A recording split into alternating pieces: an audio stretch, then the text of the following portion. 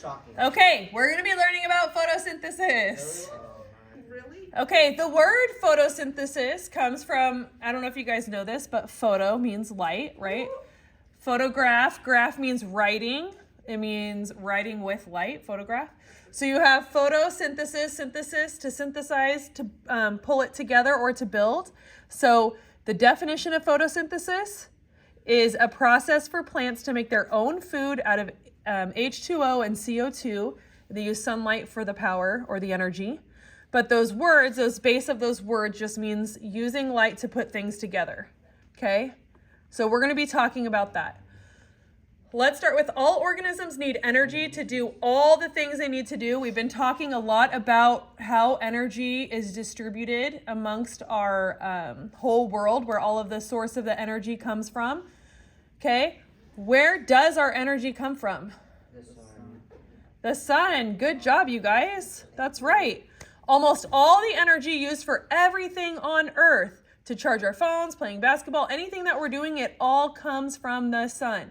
We've talked about this, right? Because we're consumers and we eat animals or plants. If we eat animals, those animals eventually come from animals that eat plants, and those plants even have to get energy from the sunlight. So all of the energy being added to our system comes from the sun, right? All organisms on Earth can be split into two groups. This should be all review for you guys because these are things we've already been talking about. Producers, which are organisms that make their own food, and consumers, which are organisms that cannot make their own food, so they must eat a producer or another consumer. Wait, what are the fillings for this? I'm not seeing the fillings at all. Do you have a sheet that's filled in? No. Does anybody know past organisms and energy? We can go over the things to fill in at the end. Some of this is just going to be based on other lectures that we've had, but if something's missing, we'll go back to it at the end, okay? So you guys, we've already talked about this. Energy comes into the earth. Plants, which we're going to be talking about today, they use a process of photosynthesis to convert that sunlight energy into food. And producers are unique because they can do photosynthesis. They make their own food or glucose using the sun's energy, H2O and carbon dioxide. And again, none of this so far is new to you guys. This is all stuff that we've been talking about this whole semester. Wait, don't. I'll give you guys a second if you're filling things in.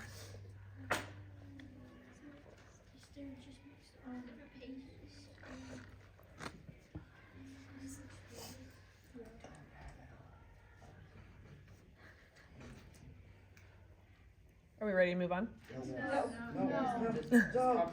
No.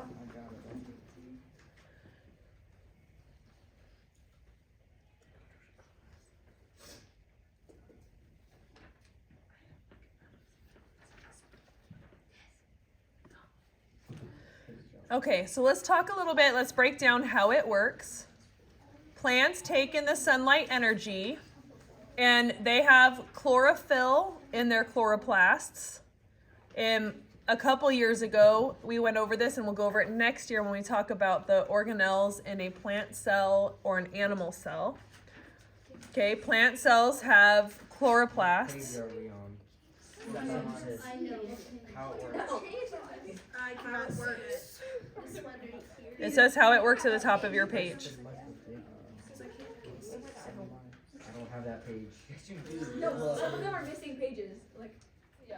I have the page. It's this one. Okay, I'm gonna put these right here. If you're missing a page, you can come and grab it. I have an extra one. Also not see it. Everybody I have an glasses. extra page. I don't know. They all printed a row, so I'm not even sure how that happened. Come on, Dad. Okay, we've talked about the carbon cycle, how it's essential for life, right?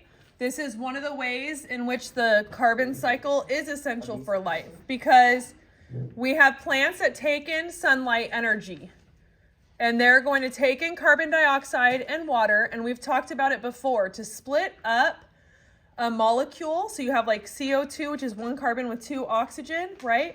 or water, which is 2 hydrogen with 1 oxygen that each make their own molecule, it takes energy to be able to force and pull those apart. Do you guys remember us talking about that? So the energy it's using is from the sunlight. So it's going to use that energy to power this process of making glucose. So it's going to absorb carbon dioxide from the air and water, and it's going to use that energy to pull apart all of those molecules and to build new molecules. And what it ends up building is glucose that can be used by the actual plant itself or consumers that are going to eat it.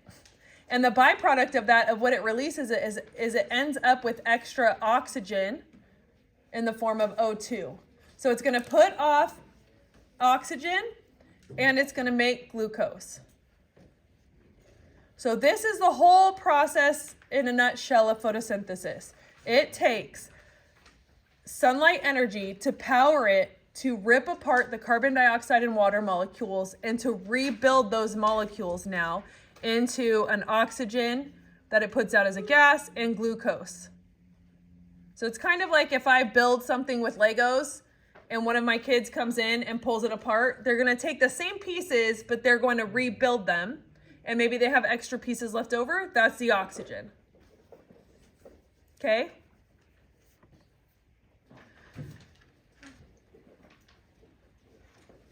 So you can see right here that we have carbon dioxide, water, plus the energy that it gets from the sun, and it produces glucose and oxygen.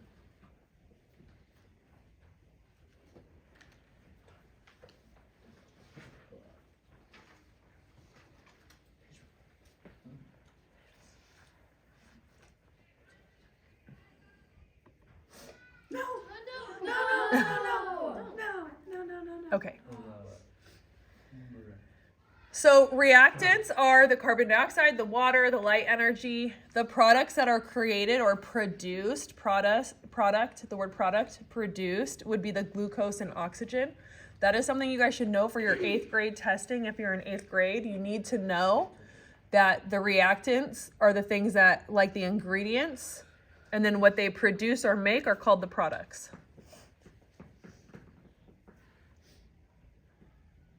Are we ready to move on now? Yes. Okay. So things that go into a chemical equation are called? Wow, that was sad. Things that go into a chemical reaction are called? Reactants. The things that come out are called? Products. Wow. And again, you just want to think about like what was produced, the product. Okay, it's that same root part of that word, so that way it's easy for you guys to remember. The things that react together are reactants, and they produce the product.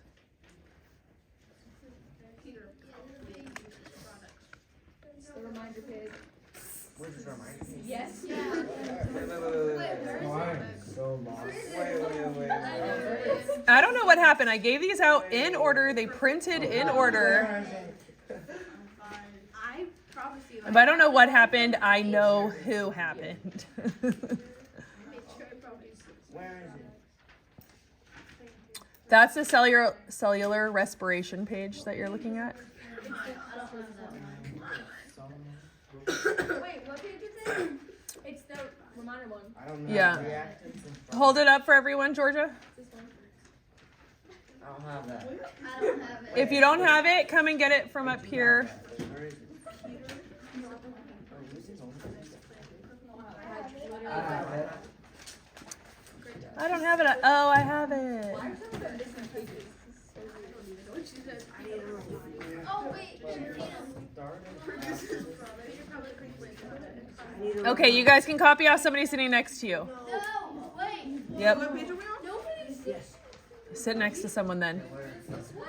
Wait, did we finish? You guys, all it says on here is Oh, this. Yeah. That's not even a fill-in. That's not even a fill. It's that is. It's on the reminder page. It is a fill-in. Oh, okay. Where have you guys been, Desi? No. I'm not seeing that page.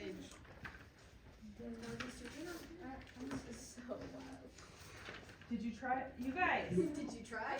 Did you try looking at the back of the pages? We went from this page Yeah, to we this went page, through, we so skipped. Okay.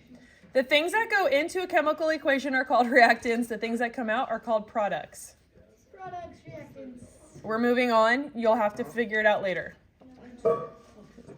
Reactants are like the ingredients, okay? You have all of these things together. They're going to react together. And who wants to guess what they're going to make? Cake. Chocolate chip cookies. That's right. It's dessert, not cake. That actually looks really good. Okay, so I want you guys again to think about molecules like little Lego pieces that go together, okay? Because what our plants are doing is actually a chemical reaction. So they take the molecule, are you guys listening? They take the carbon dioxide, you guys can see it here, it's a carbon with 2 oxygen. Di means 2, so 2 oxygen, a dioxide. And they're taking the water, the H2O, and they need a lot of energy to break them apart, and then they're reforming them into glucose and oxygen. This is what's happening in the chloroplasts. What page is that on? it Mine was is. photosynthesis. We went back. Now we're on this page. Okay. I cannot see that for the life If you're of me. lost, look at mine. There you go. I think I got it. It's More more there. I'm specifically saying like Right. in It's their 6 pages. It's keeping this. I got it. Yes. Okay, we're moving on. No. I got it. No, I'm not done yet. Okay, well, you guys can fill them in later. How does this happen? Plants must obey the law of conservation of mass. Does anyone know what that means? Nope. Wait, let me go to that page. I the only one that has it. Oh, wait. It's just, Okay, next time I'm just gonna let you guys write on your pages again. is it like? How does this happen? I Wait, got- let me listen to Remy. Is it like you can only have the mass that you get? That you started with, right? Yeah, so if I have a bunch of Legos, okay, and I pull them apart and I put them back together as different things, am I gonna have more Legos than when I started? No, I'm not going to have more mass created unless I go and get it from somewhere else. Okay, so matter is not going to be created nor destroyed. So whenever you're doing any kind of chemical reaction, whatever we start with as far as like the actual number of molecules, you're going to have the same number. They don't just disappear into nothing. It can be released into the air as a gas, right? But in the end, if I'm able to control all of those molecules and I count them, I'm going to have the same number of molecules when I start as I do when I end. Does that make sense to you guys? Yeah. So the amount of energy and matter that come into the reaction must equal the energy and matter that come out of the reaction. This is like a big idea, the law of conservation of mass, that matter is not created nor destroyed. As Christians, especially, because this is something widely accepted by the scientific community, that matter cannot be created nor destroyed, which is why we always end up at the same problem when you're like arguing or discussing things with an atheist, which is, okay, well then where did matter come from? Well, obviously it was. If it can't be created, they end up with the same problem, which is it came out of nothing. You can't even say thin air because air has molecules in it. Right? So they end up with the same problem as us. They'll say, oh, you think God? Well, God couldn't have always existed. God had to somehow magically make himself appear. How is that possible? It's the same thing to them. Okay, well, you think matter can't be created nor destroyed, but all this matter is around us, physical proof. So where did that come from? So even at the very nature of those ideas, I hope in your own mind you're like, you can't explain it, right? It doesn't even make sense to say that God always existed. It feels like, how is that even possible? In the same way, it feels like, how could you say, like, it just feels like that doesn't make sense. And yet here we are with all of this around us. It had to have come from somewhere. And we would say someone, that God created it. But when people want to argue with you and be like, oh, well, it's not rational, their beliefs at the very core are not rational either in a way of being able to prove it, right? Does that make sense to you guys? So we always end up with the same problem. Where did everything come from then? And they can say, oh, well, there was all of this mass, a big bang came. Okay, but you guys end up in the same problem. Where did this energy come from? Where did this mass come from?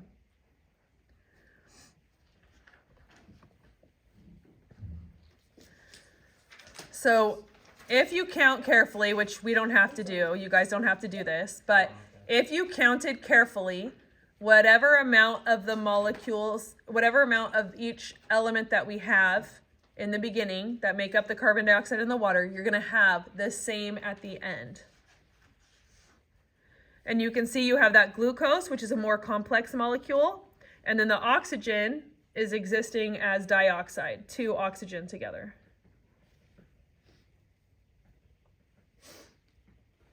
Look at how simple carbon dioxide molecules are compared to glucose. Mm-hmm.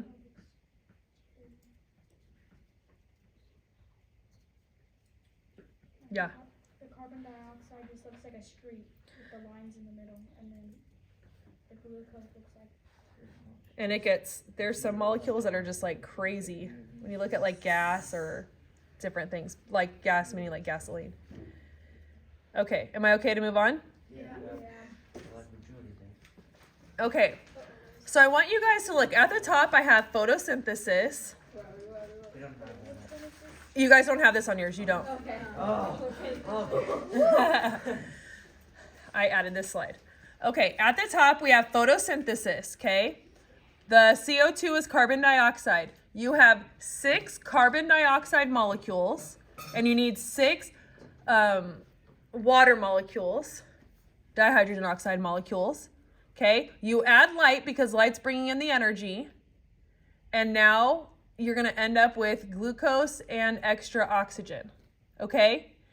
Cellular respiration is a process that our body cells go through now to use glucose. And look at what you see. You see glucose and oxygen come into the cell, and they're going to produce carbon dioxide, water left over, and ATP, which is an energy source. Do you notice anything about these 2 processes? It's flipped, or it's kind of flipped. Okay, explain. The CHO, or it's at the very beginning, and the leftover oxygen is in the beginning, and then comes the carbon dioxide, then the 6CO, and then the 6HO, and the ATP, which is that the light? ATP is like the energy. So remember we said energy isn't lost either. It's just converted. So exactly, if you guys notice this, cellular respiration, the process that our bodies go through, is the exact opposite as photosynthesis. This didn't just happen by, happenstance. God designed it this way. So what I need, the trees and everything outside will give me, right? All the plants will give me. And what they need, I give to them. And it's this cycle where we're reusing and just recombining these molecules over and over and over again. So I eat my food, whatever, and I get my glucose, okay? And I get my oxygen by breathing it in. I breathe out the carbon dioxide. I urinate out a lot of the water, right? And my body is using up that energy.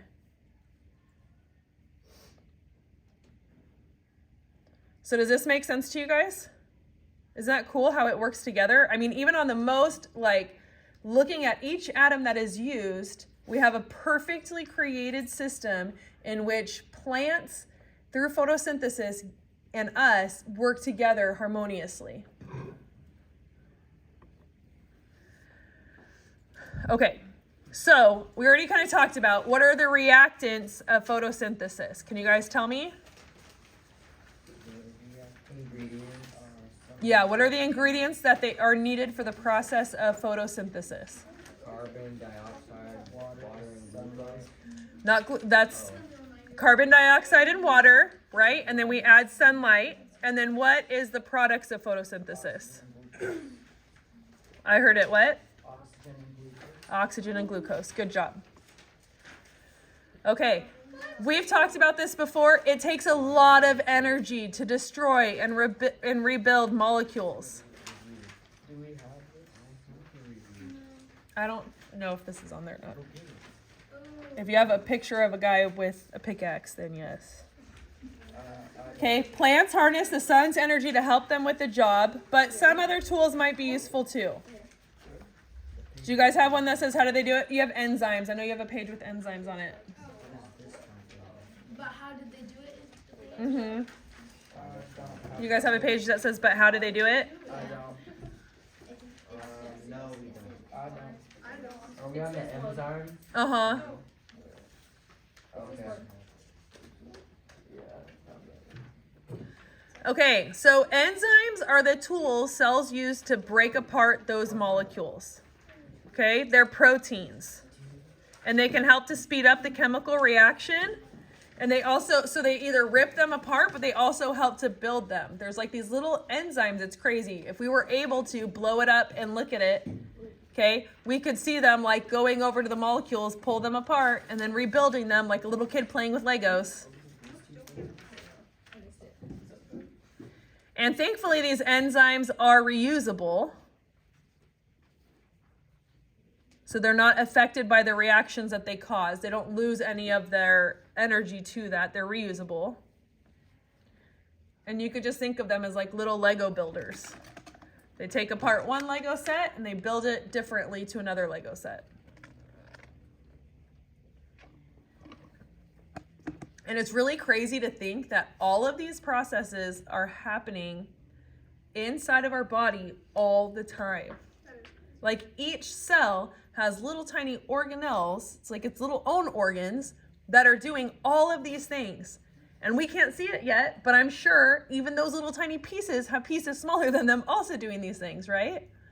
After this, we'll go back to the previous one because we didn't get it. Okay, I'll go back to them at the end.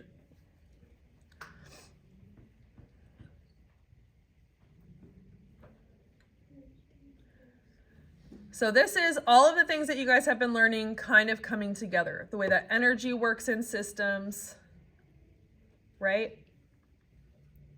The way that we can have a relationship with plants that do photosynthesis, the idea of producers and consumers.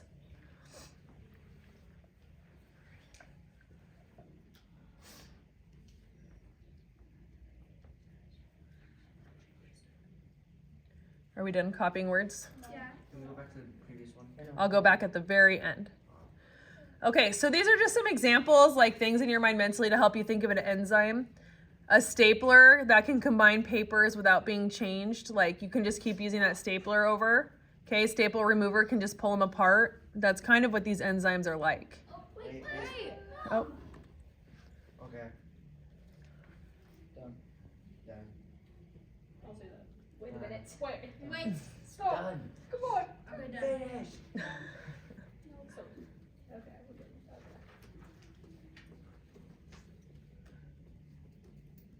are we all done? Yes. Okay. I won't make us think of other ones. Okay, so why is it even important to us? Plants make glucose, aka sugar, right? Because they need food to live just like us. Lucky for the rest of us that they make enough that's extra that they don't use up. And if you guys remember this, we kind of talked about how when you look at like the food web, we can see how the energy gets dispersed, right? Less energy each time. But they store their excess sugar as starches and can be used to make carbohydrates, which we use to make our pasta, our breads. We eat those and we get energy. If you guys know anyone with diabetes, they like have to test their glucose, the amount of sugar that's freely flowing in their bloodstream. So you can kind of associate that word glucose with sugar in your mind. Good.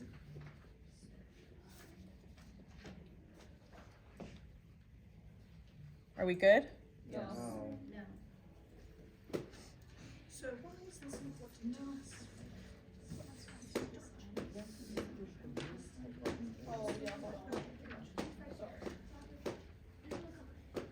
Let me know when you guys are done. What are you doing with those things?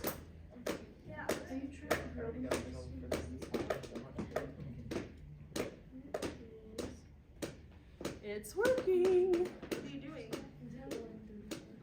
Okay, let's keep going. Almost everything you eat comes directly from a plant or dependent on plants to grow. I don't know what you would eat that doesn't, so I would say not almost everything, but everything. Producers supply all life on Earth with the energy they need to live, and they get it all from the sun. You guys already know this. Maybe we eat like some Seriously. the plastics in If it's the plastics in our food. If you're eating a plant, then obviously it's dependent upon that. And if you're eating an animal, it either eats plants or it eats another animal, and somewhere down the line those animals eat plants. Come on, get over this door. Were you trying to get inside? Are those extras you done? Okay. Can you just put them on the table if it's ready?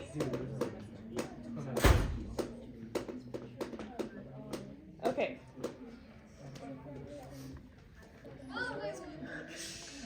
Okay, so let's answer these questions. Why does all life on Earth depend on producers? I don't think we have that. But Let's just discuss it. Joshua? those are the only ones that can harness the energy from the sun to make it so that it can heat. Mm-hmm. Yeah. Did you want to add something to that, Remy? You pretty much said what I said, but I was gonna say that all life relies on producers because anything that's not a producer can't create its own energy. Mm-hmm. So they need to get it from somewhere else. Yeah. Good. We already talked about the other one. So in order for anything to happen, we've already talked about energy is required. You have to bring energy into the system. Cars use gasoline for energy. Campfires use wood for energy. I'm not worried about you guys just naming 3 more types. Okay, now let's look, because we had the process of photosynthesis happening right over here, and we can actually go look at our leaves and see it.